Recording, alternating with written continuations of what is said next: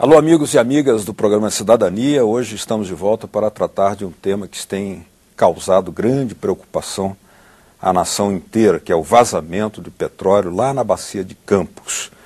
Recém descobrimos o pré-sal, essas explorações ainda estão por ser feitas e um desastre dessa natureza causa muitíssima preocupação.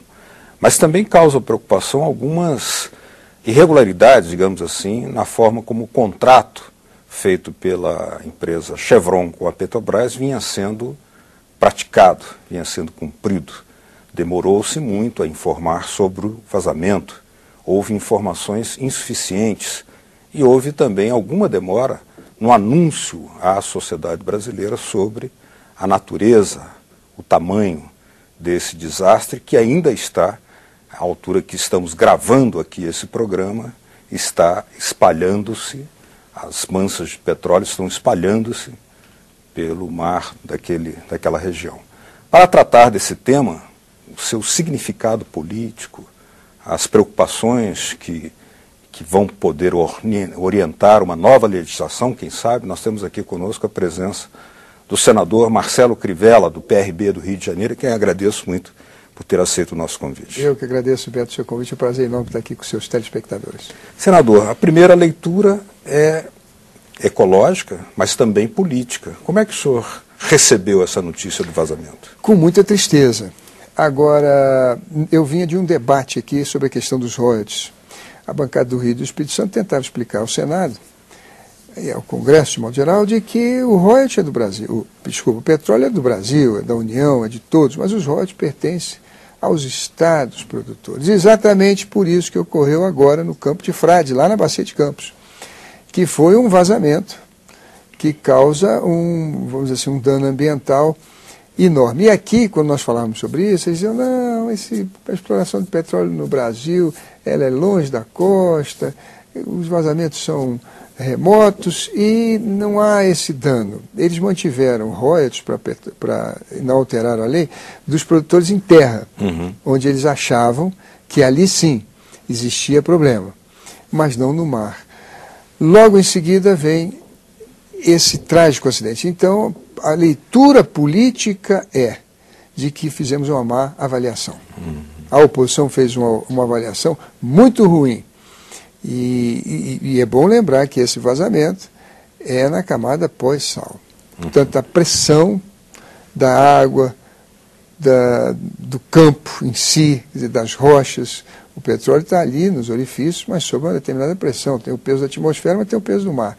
Agora, você imagina quando a gente estiver considerando toda a camada do pré-sal e as demais camadas, a pressão é muito grande. O vazamento poderá ser muito maior e o dano também. Nós tivemos aí já a ação da ANP, Agência Nacional do Petróleo, do IBAMA, da Secretaria Estadual de Meio Ambiente, que já anunciaram multas. Mas o que se constatou, até pela palavra das autoridades, do secretário de Meio Ambiente, é que as multas são muito aquém do dano. Elas são irrisórias, elas deveriam ser reajustadas. Mas qual é a punição que se pode considerar justa para uma empresa que descumpriu aspectos do contrato? Pois é, a lei hoje, 9.605, a lei do dano ambiental, ela prevê o máximo de 50 milhões por cada dano que uma empresa, um explorador, uma hidrelétrica, uma petroleira causa. Você só pode ter 50 milhões. O vazamento, pelos números que têm saído na imprensa, são em torno de 2.500, 2.600 barris. Aplicamos a multa máxima. 50 milhões foi a multa do IBAMA, a ANP botou mais 100 milhões, o Estado do Rio também está pretendendo mais 100 milhões, serão 260. Eu não sei, quer dizer, porque se o vazamento foi apenas para comparar, o Golfo do México, esse último que nos escandalizou a todos, lá foram 4.900.000 barris. Você imagina, se nós aplicamos a multa máxima para 2.600 barris, se amanhã tivermos um vazamento maior, eu não sei que multa vamos poder aplicar. O fato é que o dano ambiental, quer dizer, é uma coisa que os brasileiros, sobretudo aqui no Congresso, precisam avaliar bem. Eu estava lendo a respeito da fauna que se desloca do hemisfério sul para o hemisfério norte quando aqui é o inverno. Eu estava lendo sobre a mancha de óleos na superfície do mar, impedindo que os raios do sol penetrem e deem condições de vida para corais, para peixes, enfim, para tudo. E também, quer dizer, a alimentação. Quer dizer, os pescadores, de alguma forma, poderão, na pesca, trazer algum peixe contaminado. E esse peixe, uma vez ingerido, poderá causar danos à população, e isso tudo vai parar na rede pública de saúde. É uma coisa, assim, crônica, é uma coisa complexa, e que nós, no Congresso Federal, passamos por cima disso tudo quando dissemos assim, não, o royalties tem que ser dividido por todos. Ora, eu quero saber se esse óleo vai chegar na praia do Piauí, ou se o Espírito Santo, desculpe, se Santa Catarina vai mandar peixe para a gente. A partir de agora que nós vamos ficar uma temporada com menos peixe, talvez até, vamos dizer assim, pescando peixe contaminado. A leitura política eu acho que é uma tragédia, mas ela é uma tragédia oportuna e talvez traga para o debate esse novo aspecto. Quer dizer, é preciso considerar o que o Constituinte escreveu, que o royalty é uma compensação pelo dano ambiental, pelo impacto socioeconômico, mas é isso que é o royalty. Se não há exploração de petróleo, seja no mar ou na plataforma continental, nós não podemos pensar em royalties. Ali temos que fazer alguma outra forma para distribuir, de alguma outra maneira. Já de certa forma é distribuído, porque a União, aliás, a União ela é dona do petróleo, da Petrobras e da maior parte do pré-sal. A União come o boi com chifre e tudo.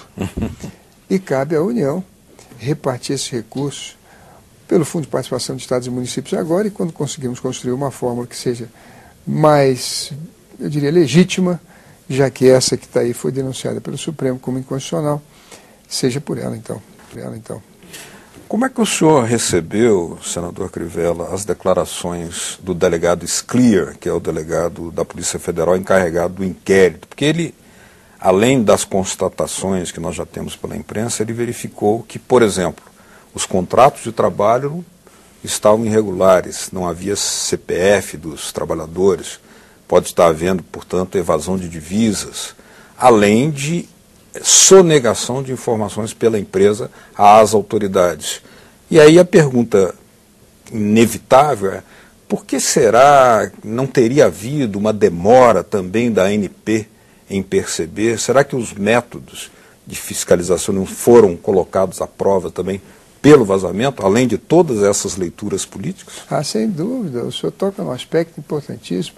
Nós estamos discutindo a coisa do contingenciamento, das ações que deveriam ser garantidas para que qualquer acidente nos nossos 200 postos pudessem ser detectados imediatamente.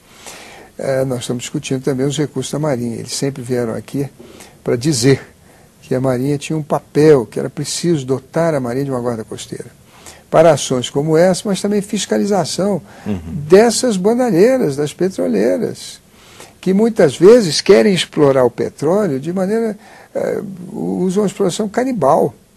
Quando nós votamos o marco regulatório do petróleo, é para que não ocorresse no Brasil o que ocorreu, aquela chamada doença holandesa, ocorreu com um país, inclusive aqui próximo, na Venezuela, porque as petroleiras elas fazem uma exploração voltada para o lucro. Não tem nenhum outro compromisso com a política econômica, cambial, fiscal do governo. Há essas suspeitas, quer dizer, de que o contrato, que eles tenham descido a uma profundidade maior do que autorizado na licitação, e que talvez tenha causado esse problema, exatamente porque estavam perfurando em profundidades para as quais não estavam preparados nem autorizados. Essas coisas todas trouxeram ao Brasil uma preocupação muito grande. E, infelizmente, nós estamos atrasados nisso. Estamos adiantados na técnica. A Petrobras é uma das maiores empresas de petróleo do mundo e desenvolveu tecnologia, é um orgulho para todos. Mas a lei, mas o arcabouço jurídico, não a arquitetura para uma política pública de exploração do petróleo e do controle ambiental e das sanções, etc., não acompanharam. Nós devíamos, eu diria, nos debruçar sobre essas causas com muita atenção e, inclusive, a ANP deveria também, com as suas resoluções, se preparar melhor. Eu quero realertar, Beto, aquilo que nós falamos no começo, quer dizer, se nós estamos com vazamento a uma profundidade baixa, quando nós entrarmos numa profundidade alta, nós poderemos ter danos muito maiores. E o senhor falou, nós não estamos conseguindo cimentar um poço que está vazou até agora 2.600 barris. E quando esses poços estiverem produzindo centenas de milhares de barris? Esse raciocínio que o senhor fez agora, juntamente com momentos de argumentação que o senhor faz na tribuna, relacionando petróleo com soberania nacional, suscita essa próxima pergunta, porque a ANP surgiu numa época em que o Brasil tinha para o petróleo uma outra proposta, um outro projeto, que era mais na linha da privatização. Isso foi revertido a partir de uma nova orientação no governo Lula.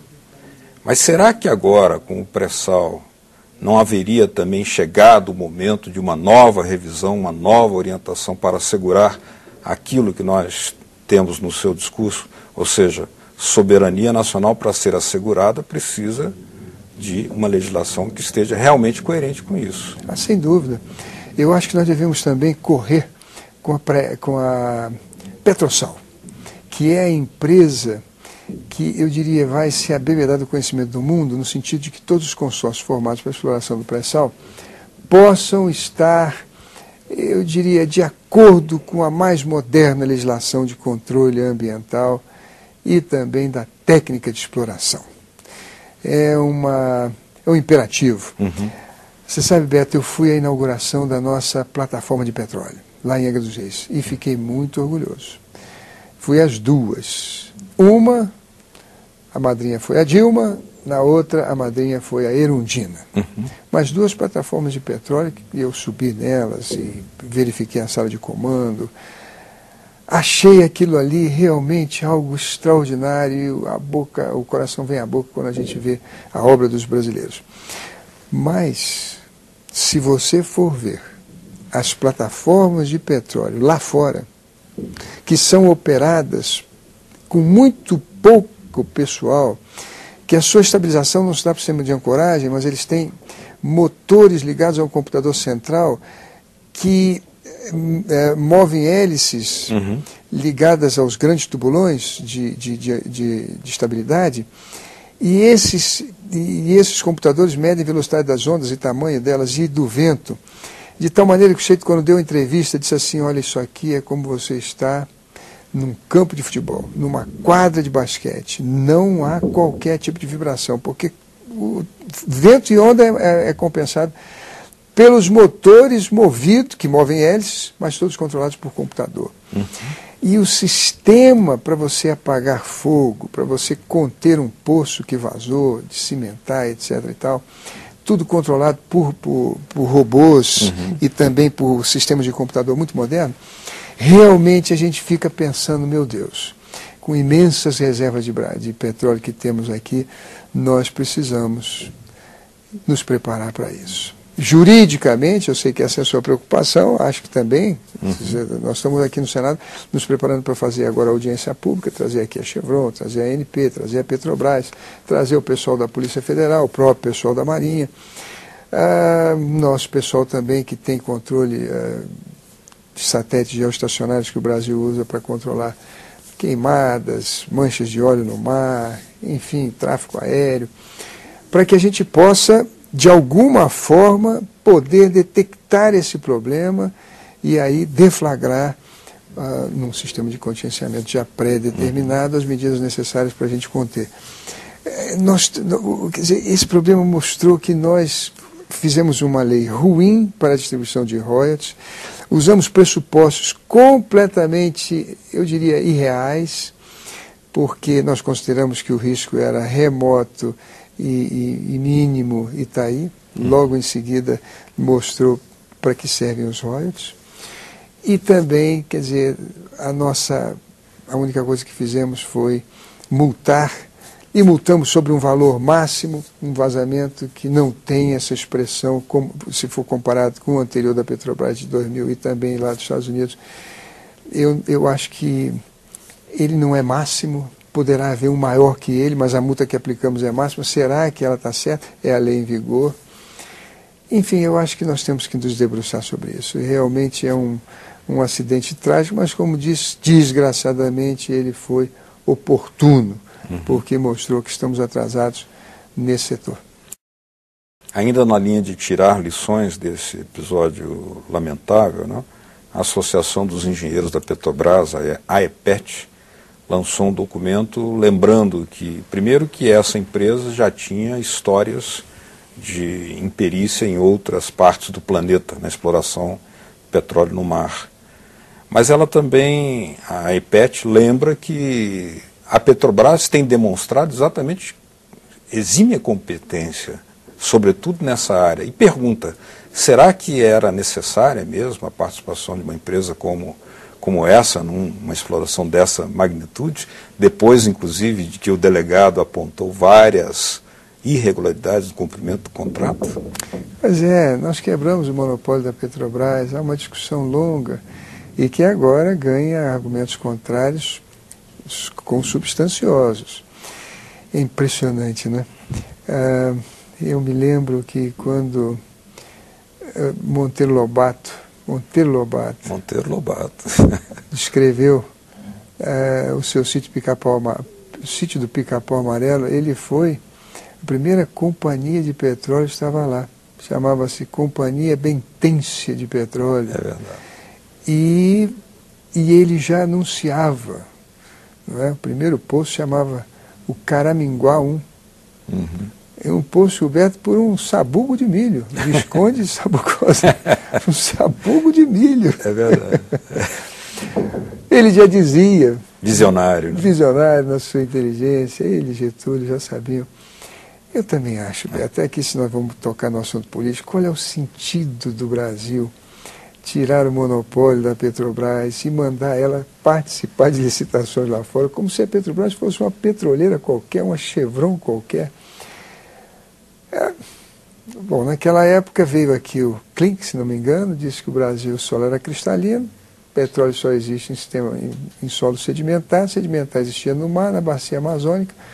Na bacia amazônica com pouca chance e pouco volume, no mar tinha muito volume, mas era impossível, porque naquela época não se dominava a técnica, portanto o Brasil não tinha petróleo.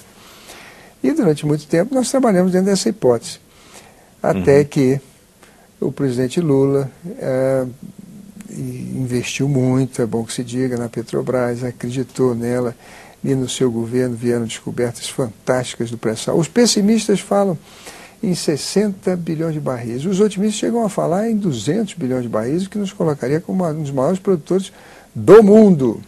Esse petróleo, 200 bilhões de barris, é de todo o Brasil. É de todos os brasileiros, é da União. Mas o royalties, pela Constituição, pertence aos Estados produtores. Porque um dano ambiental proporcional a 200 bilhões de barris...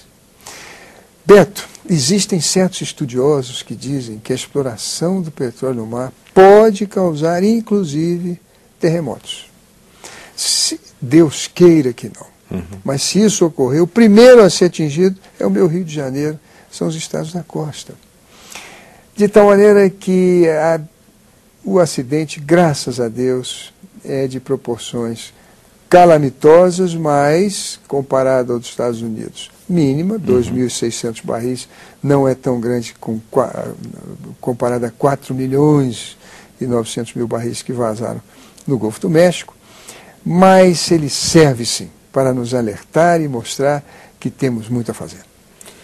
Muito bem, nós gostaríamos de agradecer aqui a presença do senador Marcelo Crivella pelas explicações que nos trouxe. Estaremos sempre abertos aqui acompanhando os desdobramentos, que nós não sabemos o que vai acontecer ainda. Esperamos que não se agrave, que se supere. Muito obrigado, senador. Eu que agradeço, Beto. Um grande abraço a todos os telespectadores da TV Senado. A vocês de casa que nos acompanharam, nosso muito obrigado pela sua audiência. Caso queiram baixar esse ou outros programas da TV Senado, olha aí na sua tela uma forma de fazê-lo. www.senado.gov.br/TV. Obrigado mesmo pela sua audiência. Até o próximo Cidadania. Tchau.